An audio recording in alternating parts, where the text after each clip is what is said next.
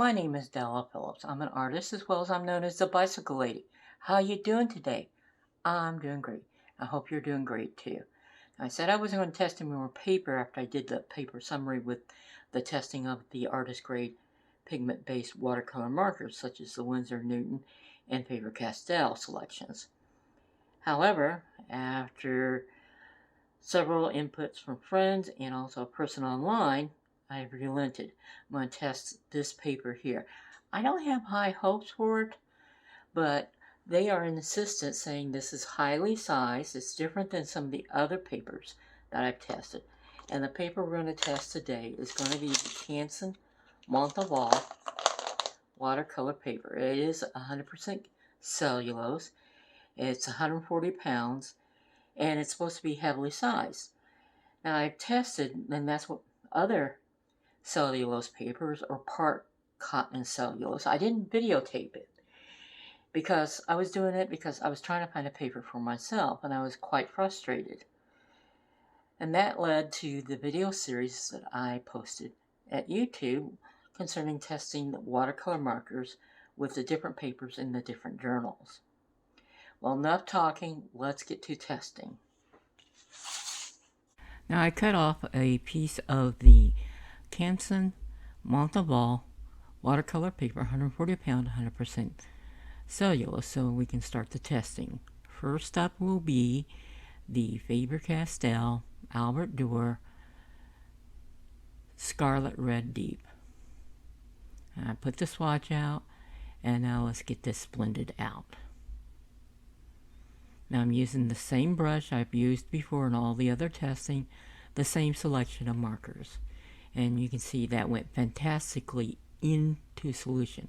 Now I didn't have high hopes for this because I tested the Canson XL and then also some of the Fabriano Studio papers that's 25% cotton, as well as some of the other cellulose papers. And essentially they just didn't work well with applying the marker color directly to the paper and then blending it out to a flat or wash. It just didn't work that well. Now there looks like there might be a little bit of a residual line, but in reality that's not the case. You'll see that later on when it dries. Now I'm using the infamous Winsor Newton Sepia. If this blends out fully, you know this is really good paper to use with this technique. Just because it's cellulose, as long as it blends out, it'll still be good. Now, if you're doing something that you want to be archival, you can definitely do it with these markers. They're artist grade, pigmented, highly light fast. Then you'd probably want to use one of the cotton papers that I have recommended in the past from the testing that did so well, like the Strathmore, or the Fabriano, or the Atlanta Aquarelle, or the Arche. You can see my prior videos or the summary that came out right before this video. And the sepia pretty much did blend totally out. I think I missed a couple little tiny spots blending, but that's user error. That's on me. Now here's the Prussian blue. You see how fast? You don't have to work hardly at all or scrubbing. It does blend out to a nice flat wash, and it will dry nice and flat. You'll see. I'm still putting lines to the side where I'm going to give it 15 minutes, and then I'll come back in and see how much I can then still move the color around, how much will then blend out after 15 minutes. Okay, the next color after Prussian blue is the Cad Red from Winsor Newton, just like with all the other testing.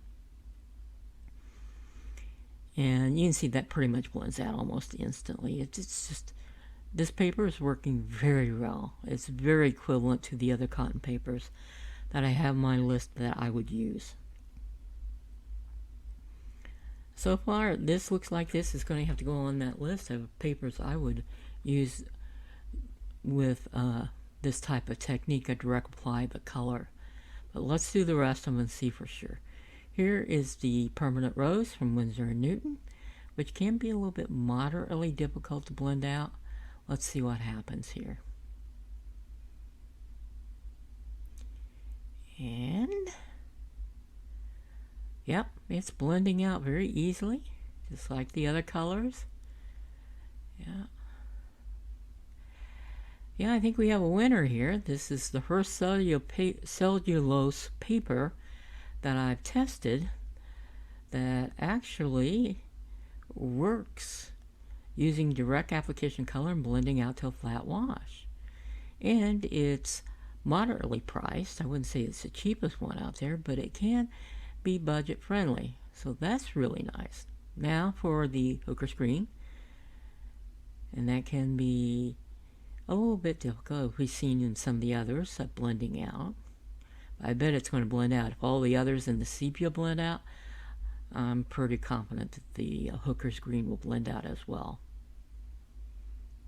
And sure enough, it does.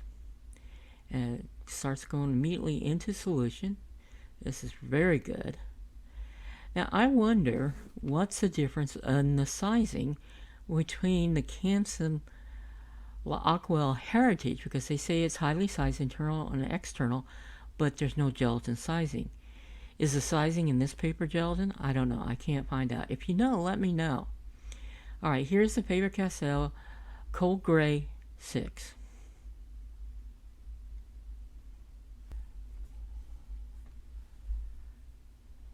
And let me get my brush rinsed out and touch the paper so there's not too much water. But it goes right into solution. So this paper definitely has passed the test of applying the marker directly to the page and being able to blend out a flat wash if you blend it immediately, or fairly close to immediately, within a minute or so. Now we're going to let this sit for 15 minutes and come back, and then we'll see how much the line to the side will blend out as well. It has been 15 minutes, so let's get to blending. I have some water on my Raphael Kolinsky Imitation brush, just the same brush I've used throughout all the testings, and we're trying to blend out that line of color that I placed on the paper and let sit for 15 minutes and see how much it can blend. The Scarlet Red Deep from Faber Castell Albrecht Durer watercolor marker line blended out a lot, just a very faint line left. Now with the Winsor Newton Sepia, I would say it blended out a moderate amount of line left. And as I've said in the past, since it sat for 15 minutes and I can still move some color around, it does give me an option of a different technique where I might want to leave an edge line or harsh line in there. So this doesn't bother me. I kind of like it. It does give me possibly a different technique.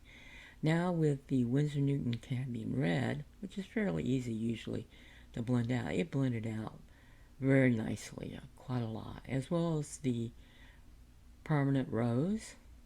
And now here's the Hooker Green Deep. These were all with Winsor Newton. Then the final one is the Faber Castell Cold Gray number 6, and it blends out quite a lot as well. So overall, I was quite surprised by that paper. Now on the screen you can see the updated version I have made of the papers that I would use using the technique of applying the color to the paper and then blending out totally with a flat wash.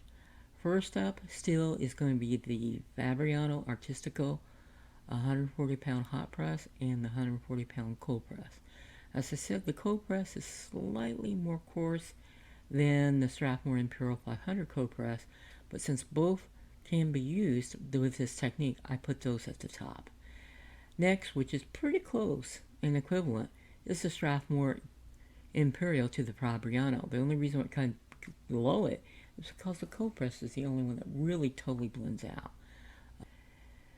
That's the reason why it's there. Plus it has a nice fine cold press texture. Now I put the Canson Montval 140-pound cellulose cold press paper, which worked just as well as those top 3, in my opinion, simply because it's slightly more coarse in texture. It's still a fine cold press texture, but slightly more than the Strathmore, and it is cellulose. Still an excellent paper, somewhat budget friendly since it's moderate price paper, I would say. An excellent paper for this technique. And of course then comes the Lana Aquarelle, Lana, which is a more coarse cold press, not as coarse as the Arch. Then comes the Arch, which is the coarsest cold press paper that I tested that worked. So that's it for this testing, unless you tell me otherwise. And until next time, you have a wonderful day. If you found this helpful or entertaining, or educational, any of that part, please give it a thumbs up. Click on that icon and subscribe, please. I would appreciate it. It'd help me out a lot with YouTube and let YouTube know that you like this type of content. Until next time, you have a good day.